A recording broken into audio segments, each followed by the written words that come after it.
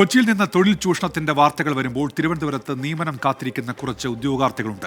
കേരള പോലീസിൽ നിയമനം പ്രതീക്ഷിച്ച് 696 വനിതാ ഉദ്യോഗാർത്ഥികൾ കാത്തിരിപ്പ് തുടങ്ങിയിട്ട് ഒരു വർഷമാകുന്നു. 570 ഒഴിവുകൾ നിലവിലുണ്ടായിട്ടും കരട് ലിസ്റ്റിൽ ഇടം പിടിച്ചവർക്ക് ഇതുവരെയും നിയമനമായിട്ടില്ല. വനിതാ സിവിൽ പോലീസ് റാങ്ക് ഹോൾഡേഴ്സിന്റെ സമരത്തോട് മുഖം തിരിക്കുകയാണ് സർക്കാർ. പോലീസ് സേനയിൽ വനിതാ പ്രാതിനിധ്യം 15% ഉയർത്തുമെന്നായിരുന്നു മുഖ്യമന്ത്രിയുടെ പ്രഖ്യാപനം. മുഖ്യന്റെ ഈ പ്രഖ്യാപനത്തിൽ ഏറെ പ്രതീക്ഷ വെച്ചു കുറേയേറെ ഉദ്യോഗാർത്ഥികൾ. എന്നാൽ ഒടുവിൽ ഗതികെട്ട് അവർ സെക്രട്ടേറിയറ്റ് പടിക്കൽ ഉണ്ണാവൃതമിരുന്നു. ഒടുവിൽ ശയനപ്രദക്ഷിണം വരെ അനുഷ്ഠിച്ചു. എന്നിട്ടും ഇവരെ കണ്ടില്ലെന്ന് നടിക്കുകയാണ് സർക്കാർ.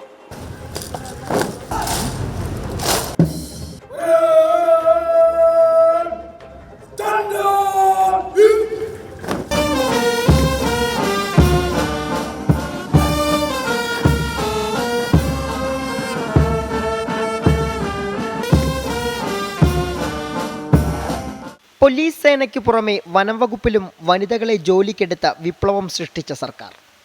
അഗ്നിശമന സേനയിലും ഇങ്ങനെ തന്നെ വിപ്ലവം കുറിച്ചു. സ്ത്രീപക്ഷ സർക്കാർ എന്ന് സൽപ്പേരു നേടിയ പിണറായി സർക്കാരിനു പക്ഷേ എവിടെയാണ് പിഴച്ചതെന്നാണ് ഉയരുന്ന ചോദ്യം. ആശാ വർക്കേഴ്സ് സമരത്തിനു പിന്നാലെ സെക്രട്ടേറിയറ്റ് പടിക്കൽ യുവ വനിതാ ഉദ്യോഗാർത്ഥികളും സമരം കിടക്കുമ്പോഴാണ് ഈ ചോദ്യം ഉയരുന്നത്. വനിതാ സിവിൽ പോലീസ് റാങ്ക് ലിസ്റ്റിൽ ഉൾപ്പെട്ടവരാണിവർ.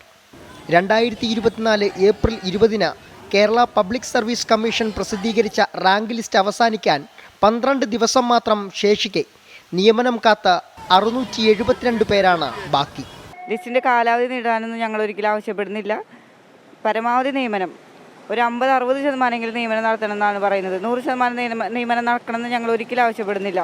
സ്വന്തമായിട്ട് വരുമാനം ഇല്ലാത്തവരാണ് എല്ലാവരും. ഇതെല്ലാം തരണം ചെയ്താണ് ഞങ്ങൾ ഇവിടെ ഇങ്ങനെ തെരുവിൽ വന്ന് കിടക്കേണ്ട അവസ്ഥ വന്നത്. 964 പേരാണ് റാങ്ക് ലിസ്റ്റിൽ ഉൾപ്പെട്ടത്. ലിസ്റ്റ് നിലവിൽ വന്ന 11 മാസവും 12 ദിവസവും പിന്നിടുമ്പോൾ നിയമനം ലഭിച്ചത് 268 പേർക്ക് മാത്രം. 60 പേർ നോൺ ജോയിനിങ് ഗണത്തിൽപ്പെടുന്നു. ലിസ്റ്റിന്റെ കാലാവധി അവസാനിക്കാൻ ദിവസങ്ങൾ മാത്രം ബാക്കി നിൽക്കുമ്പോഴാണ് ഉദ്യോഗാർത്ഥികൾ സെക്രട്ടേറിയറ്റ് പടിക്കലേക്ക് സമരത്തിനെത്താൻ നിർബന്ധിതരായത്. നിരാഹാര സമരം 4 ദിവസം പിന്നിടുന്നു. എന്നിട്ടും സർക്കാർ ചർച്ചയ്ക്ക് വിളിച്ചില്ല. ഇതോടെ പൊള്ളുന്ന വെയിലത്ത് ഉള്ളെരിയുന്ന മനസ്സുമായി സെക്രട്ടേറിയറ്റിന് മുന്നിൽ ശയനപ്രദക്ഷിണം വരെ ചെയ്തു.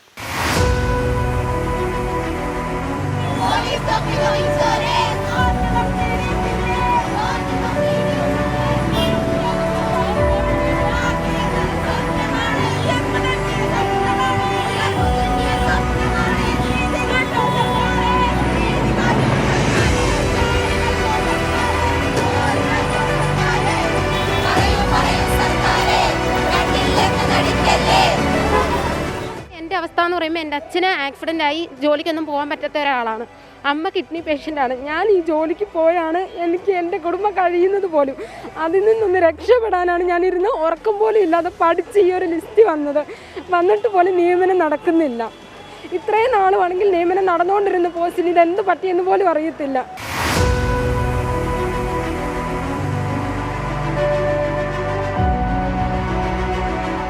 കഴിഞ്ഞ വർഷങ്ങളെല്ലാം 600+ വേക്കൻസികൾ പോയതാണ്. ഈ ഒരു വർഷം മാത്രമാണ് ഈ 232 വേക്കൻസികൾ മാത്രമായിട്ട് ഒതുക്കിയിട്ടുള്ളത്. ഞങ്ങൾക്ക് അർഹതപ്പെട്ട ഒരു 500 വേക്കൻസി അത് മാത്രമേ ഞങ്ങൾ ചോദിക്കുന്നുള്ളൂ.